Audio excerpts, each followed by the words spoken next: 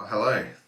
Welcome to the second installment of Going Deeper, our in-depth walk through the book of Deuteronomy, the book of second law, or more helpfully, Torah, the book of instruction. How do you live life well?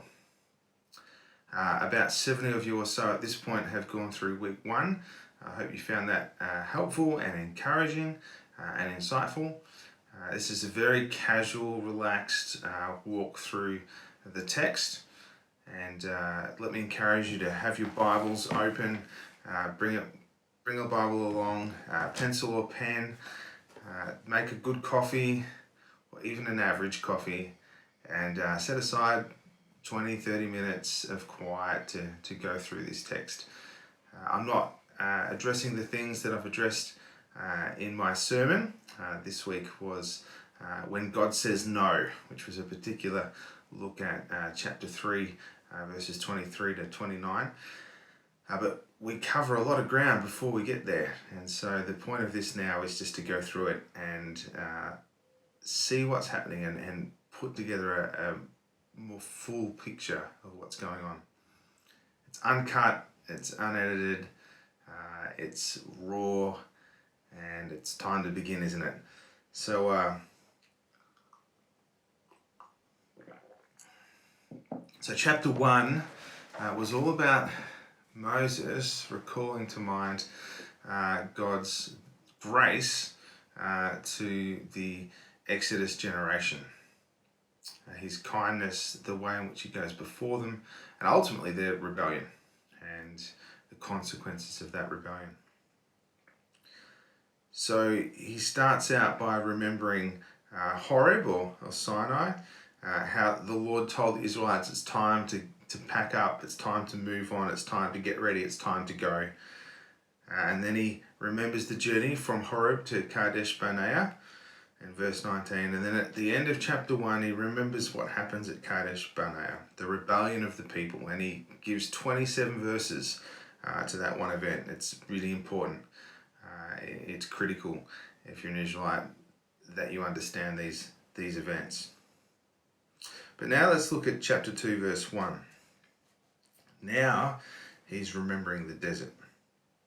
Then we turned back and set out toward the wilderness along the route to the Red Sea, as the Lord had directed me. For a long time we made our way around the hill country of Seir. Now Moses here is the master of understatement. Growing up, we travelled, my parents were big believers in holidays, and we would drive everywhere. So we had numerous trips to Queensland, South Australia, the Northern Territory. And whenever you've been on a long road trip with kids, in the back, you get the inevitable, are we there yet? How long is this going? And it feels like forever. Well, Moses and the Israelites, they make their way around the hill of Seir for a long time. Except that long time was 38 years. Going round and round in circles, accomplishing nothing. Nothing good happened in these 38 years, except we got rid of this generation and we prepared a new one, their sons and daughters, to go into the land. And the purpose of those 38 years is given to us in verses 14 and 15. I've already got underlined here. 38 years passed from the time we left Kadesh Barnea until we crossed the Zered Valley. By then, that entire generation of fighting men had perished from the camp, as the Lord had sworn to them. The Lord's hand was against them until he had completely eliminated them from the camp. An entire generation, that is fighting men over the age of 20. That was the point of this 38 years, waiting for them to die. For the Lord's hand was against them. That's really strong words, isn't it? But if Israel's going to act like Canaanites, if they're going to behave like Egyptians, then God's going to treat them like Canaanites. He's going to treat them like Egyptians. Once we get through that verse, from chapter 2, verse 2, we start over. Here's the new generation And if you've had a quick look already, you'll know it is a little confusing, but Moses gives three sets of memories. So he's recalling events. In chapter 1, he's recalling events of that happened 40 years ago. Here he's recalling events of just the last few weeks or months. It's recent history. Firstly, he recalls the events of or the encounters that Israel has with their relatives, with Edomites, Moabites, and Ammonites, and we'll talk about them in a second. Then he remembers their encounters with the Amorite kings, not the Ammonites, the Amorite kings, Sihon and Og. And then thirdly, he remembers preparing them for the conquest of Canaan. So once this earlier generation has perished, now the Lord can say it's time to move on. They'll head north from the desert toward the promised land. So firstly, we see Moses' memories about the Israelites' encounters with the Edomites, the Moabites, and the Ammonites. And it's helpful for us. There's a great little map here I'll put on the screen to help us visualize where they lived. So the Edomites, they lived directly to the south of the Dead Sea, some of what eventually would be the tribal territory of Judah and south of Moab. The Moabites, they mostly lived on the east of the Dead Sea. They were sandwiched between the Edomites below them and the Ammonites above them. And the Ammonites, as you can see there, lived on the edge of the desert. And they always had difficulty because their boundaries weren't clearly defined. But these three groups of people were all relatives of the Israelites. So firstly, the Edomites. The ancestor of the Edomites is Esau. You remember Esau? Cheated out of his blessing, his birthright, by his brother Jacob. Well, anybody who comes directly from Abraham, Isaac, and Jacob has a blessing. And of course, Esau was Isaac's son. So Esau had a blessing. So here's how God instructs the Israelites to treat the Edomites. He tells the Edomites, just as Moses tells the Israelites, just as the Lord told him, do nothing to provoke the Edomites. You're not here to take their land. You're not here to stir up trouble. If you need food, you can buy it from them. But don't pillage, don't rob. Treat them, in effect, as merchants, as economic partners. And this is quite different from the policy we'll see later on towards the Amorite kings, or indeed the Canaanites. So why? Why treat Edomites differently? And later we'll see treat the Ammonites and the Moabites differently. Well, I think the Lord through Moses gives us a couple of reasons why. As we said already, Edomites were relatives. Moses calls them brothers. And in Hebrew, the word brother doesn't always literally mean brother. It just means relative or close relative. They're cousins. They're from the same stock. We see too that the Edomites are afraid of the Israelites. They're not here to stand in their way. They're not here to bother them. So Moses is saying, don't worry about us. We don't want you. We don't want your land. But thirdly, and I think most interestingly, and perhaps most importantly, we see in verse 5, the Lord himself has given the Edomites their land. Look at chapter 2, verse 5. Do not provoke them to war, for I will not give you, that's the Israelites, any of their land, not even enough to put your foot on. I have given Esau the hill country of Seir as his own. Now, we often think, don't we, that the Lord's only interested in Israel. But in Deuteronomy 2 and 3, we learn a remarkable lesson, and we'll see this again. God didn't just give the Israelites their land. But just as he set aside the land of Canaan for the Israelites, so he has set this land aside for the Edomites.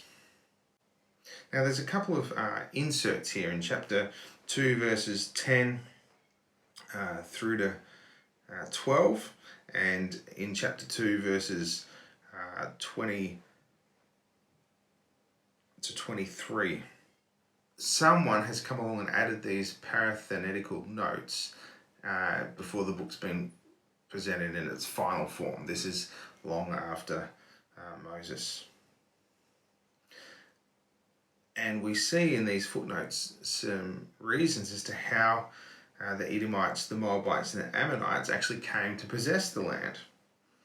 We see that the Lord has taken the land from previous occupants and given it to them respectively. To the Edomites, he gives the land of Seir that was occupied by the Horites. To the Moabites, he gives the land of Ar that were occupied by the Rephaim, who are now also identified as the MM. And the Ammonites, he gives the land that was occupied by the Rephaim, whom the Ammonites called Zamzummim.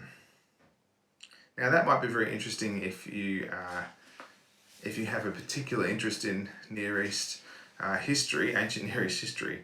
But what if you don't? That's me. What's the point of these little notes? Well, firstly, this book in its final form has been given at a time when the ethnic names had to be clarified. So Moses, he knows the names of these people as the Emim and the Zanzamim. But nobody knows these names anymore. So what we have is an explanation. The Rephaim are now called Emim, or they were called Emim, by the Moabites, and Zanzamim by the Ammonites. Now we have a general category for them. And these notes were put in a long time after people had forgotten who the Emim and the Zanzamim were. So it's just a way of helping the people who receive the Torah in its final form connect to the ethnic groups that Moses is talking about. Secondly, in verse 12, the little note here says that the descendants of Esau dispossessed the Horites from Seir, just as Israel did the land of their possession that the Lord had given them. Now notice that that's written in past tense. See, in Moses' day, they had not yet received the land. They hadn't yet taken possession. Now we're in the past tense. This verse is stuck in there after the conquest. And thirdly, you'll see that there's a reference here to the Kapharites. In verse 23, and as for the Avites who lived in villages as far as Gaza, the Kapharites coming out of Kaphtor destroyed them and settled in their place. Now, who are the Kapharites? I'm sure you've lost countless hours of sleep wondering the same. Well, Amos chapter 9 verse 7 actually gives us the answer. Amos 9:7 says, "Are you not like the Ethiopians to me, O people of Israel? Did I not bring Israel up from the land of Egypt, and the Philistines from Kaphtor, and the Arameans from Ker?"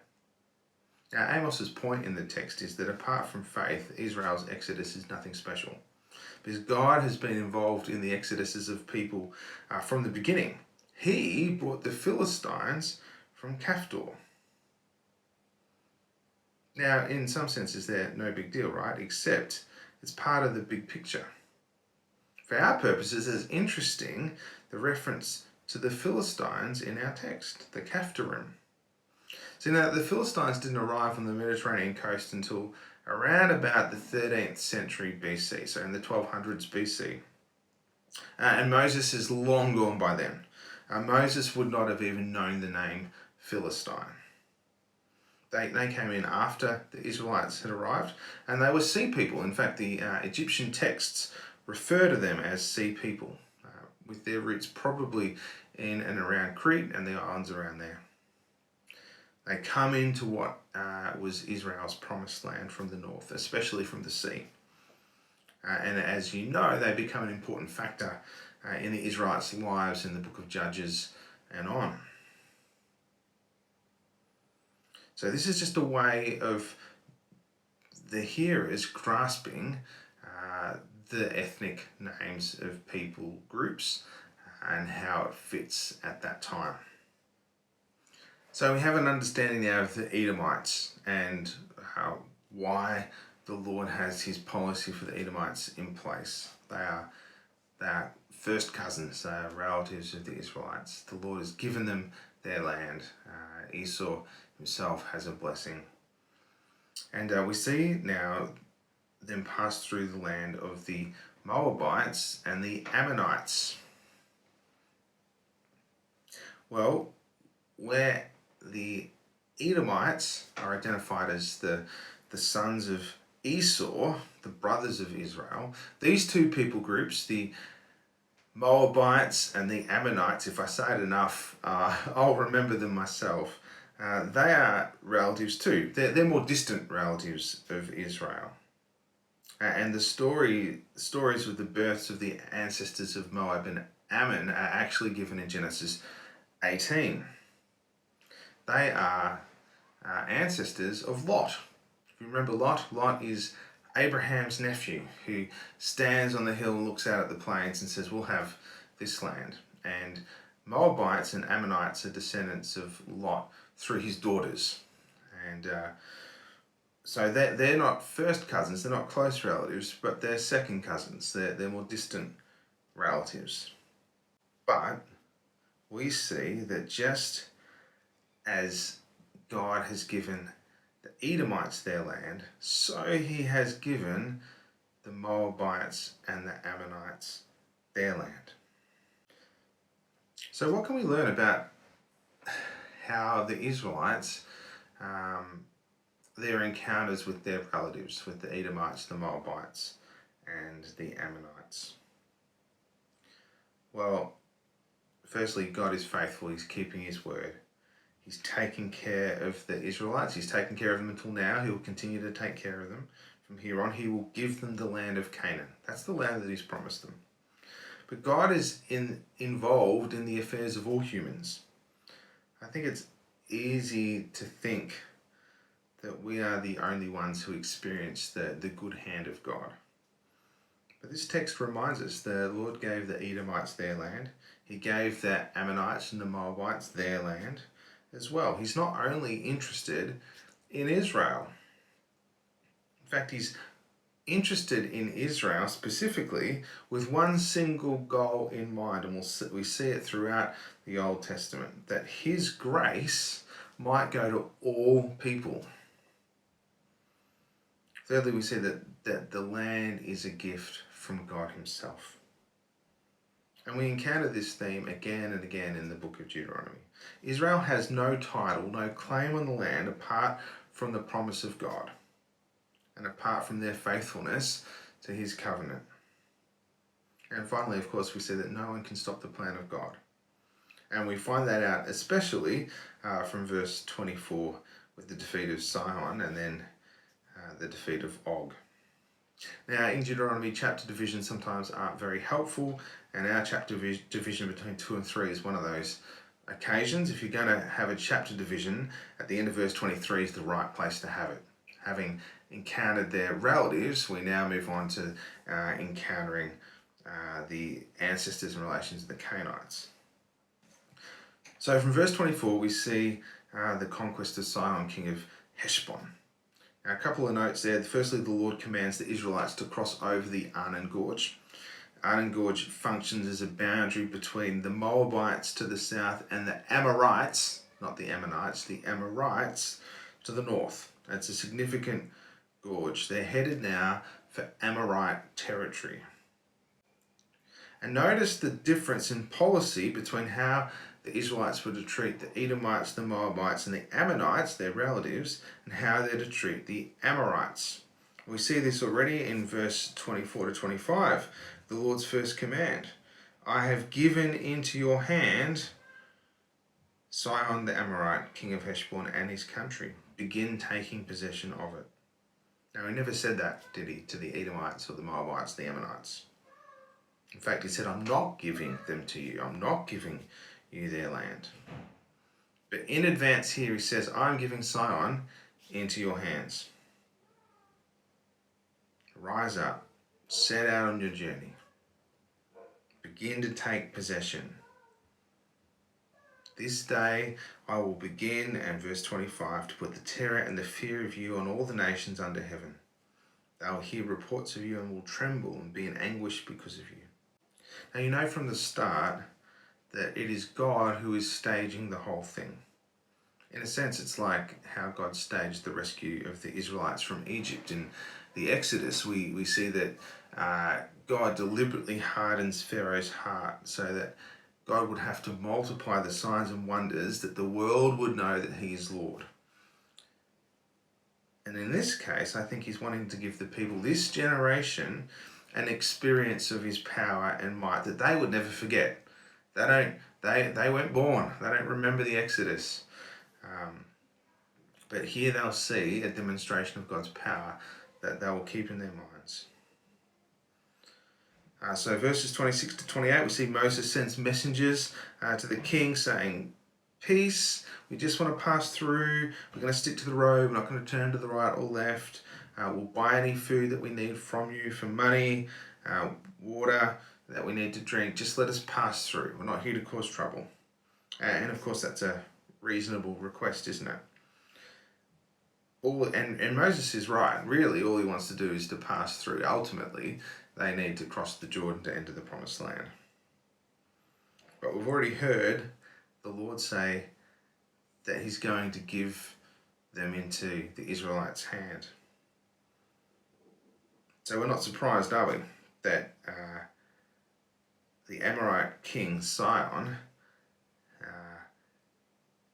is hardened in his heart. We see that in verse 30. The king of Heshbon refused to let us pass through, for the Lord your God had made his spirit stubborn and his heart obstinate in order to give him into your hands, as he has now done. So the reason behind this, the reason why Sihon's heart is made obstinate, is so that the world may know who Yahweh is and that Israel is his people. In verse 31, we see the Lord's second order. Remember, it is God who is commander-in-chief here, just as he signaled at the beginning of his campaign. Look, I've begun to deliver Sihon and his country over to you. Now begin to conquer and possess his land. And we have a very brief description from verse 32 of the victory of the Israelites. Sihon came out against us, he and his people came to battle, but the Lord our God gave him into our hands. And then we see in verse 33 a verse that, if not the verse itself, the idea of it or the implications of it has caused struggle for many. The Lord our God delivered him over to us, and we struck him down, together with his sons and his whole army. Verse 34, at that time we took all his towns and completely destroyed them, men, women, and children. Now, when you get to chapter 7,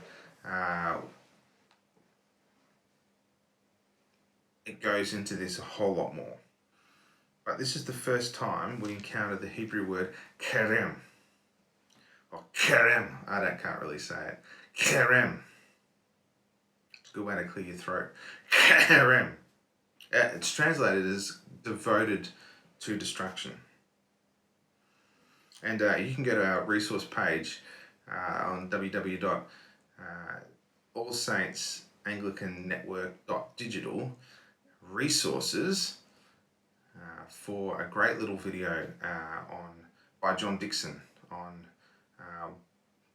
why the Lord would command the Israelites to wipe out a group of people. There's a deeper theological reason, I think, for why this is happening, but let me encourage you to go to the resource page. So they destroy the population, and we see a repeat against the king of Bashan. So what are these practice runs, these defeats of the Amorites? What do they teach us? Firstly, the Israelites couldn't have defeated the Amorites by themselves. But like they should have done 38 years earlier, when the Lord goes before them, nobody can stand in their way. Secondly, these encounters illustrate what we would call a Mosaic theology of war, which goes on more in chapter 7, and you can go to the resource page to get into that a bit more. But ultimately, they are preparing the Israelites for the paradigm of the battles that are to follow when they enter the land of Canaan. It is the Lord who crosses. It's the Lord who goes before them, who goes ahead of them. Just before we finish there's an interesting editorial about the King Og, the king of Bashan. We see that he has an enormous bed, a massive bed, 9 cubits or more than 12 feet long, and 4 cubits in width. It's a huge bed. But why is it even in there? And whoever puts this editorial in notes that actually you can still go and check it out. It's in the capital city. It's in Rabbah of the Ammonites. It's in over there in the museum. You can go check it out. At this point in time, the bed was still there. But I think what this editorial does is it concretizes the significance of the problem the Canaanites represent.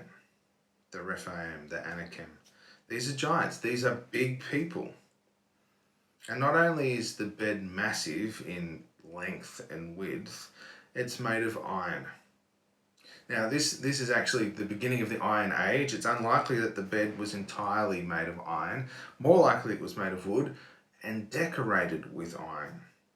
And before the turn of the millennium, before the turn of 1000 BC, before the Iron Age takes hold, iron was a precious metal. In fact, it was more precious than gold. In the book of Judges, we read of people who had iron chariots, and we often think of chariots made out of iron, but more often than not, they were regular chariots that were decorated with iron, the way that some people would decorate with ivory or other precious metals. And the reason it's in there, the reason it tells us, it's a massive problem. Not only are these people huge, they're wealthy. They're successful. We're dealing with a big problem here, not a little problem. But guess what? God can take care of the Israelites here as well, even in the face of a big problem. Well, after that, we see the division of the land. There's in Numbers 32, a parallel account where Moses is upset with the descendants of Manasseh and Gad and Reuben because he feels like they're bailing, that they're settling for this land before they cross into the promised land west of the Jordan, and they don't have to go and fight for it. But actually, it makes clear that these people were very willing. They're like, no, we'll come with you. We will join you in this conquest, but let us return. Let us when we're done, can we come back here? And Moses grants them this request. Well, finally, we get to the charge of Joshua, the commission of Joshua, and then Moses is being forbidden to cross. So I've covered that in my sermon, so we're not going to cover it now. Other than to address the question of verse 26 in chapter 3. Because of you, the Israelites, the Lord was angry with me and would not listen to me. See, Moses here is blaming the Israelites. Is Moses right to blame the Israelites? That he can't enter the promised land because of them? Well, in some senses, no, and in some senses, yes. If the earlier generation had been faithful and obedient, then Moses would have enjoyed many years in God's good land given to them. But because of their rebellion and faithlessness, Moses has to spend 38 years trawling around, going in circles to achieve nothing, waiting for this generation to die.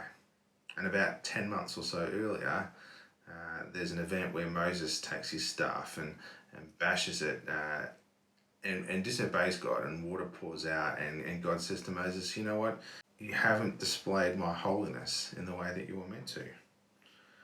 We see that in The end of Deuteronomy chapter 32, God says the record straight. He says, you will die here on the mountains. You will join your ancestors just as Aaron, your brother, died on the mountain of Hor. For both of you betrayed me with the Israelites to the people of Israel there. Now, see, what God won't let Moses do here is pass the buck. If Moses doesn't go into the land, it's entirely his own fault. Moses sinned. And Moses' tendency to blame the people, in part, is right. If Israel had entered the land when they were supposed to, then the events that caused Moses' own undoing would never have happened. But God won't let him get away with blaming the people. It's your fault, Moses. And God doesn't change his mind. And just as we finish up, I think of the times when I sin, the times when I'm sinned against, and our tendency as humans to pass the buck. It's someone else's fault. It's not fair. If they'd just done what they were meant to, I would never have done this. And it's tempting, isn't it? But God's very clear here with Moses. Actually, these are the consequences of your actions, nobody else's. And even someone as holy and as faithful and as intimate with God as Moses still must bear the consequence for his sin. It tells us something of the seriousness of sin, doesn't it? But it also tells us something of the holiness of God and ultimately the grace of Jesus. Well, I hope you found this a little helpful going through chapters 2 and 3. And next week we start getting into chapter 4, and it's beginning to get really interesting then as we begin to unpack God's grace in the giving of the Torah, the instruction. But until then, take care. Feel free to read ahead in chapter 4, and we'll see you next week. See ya.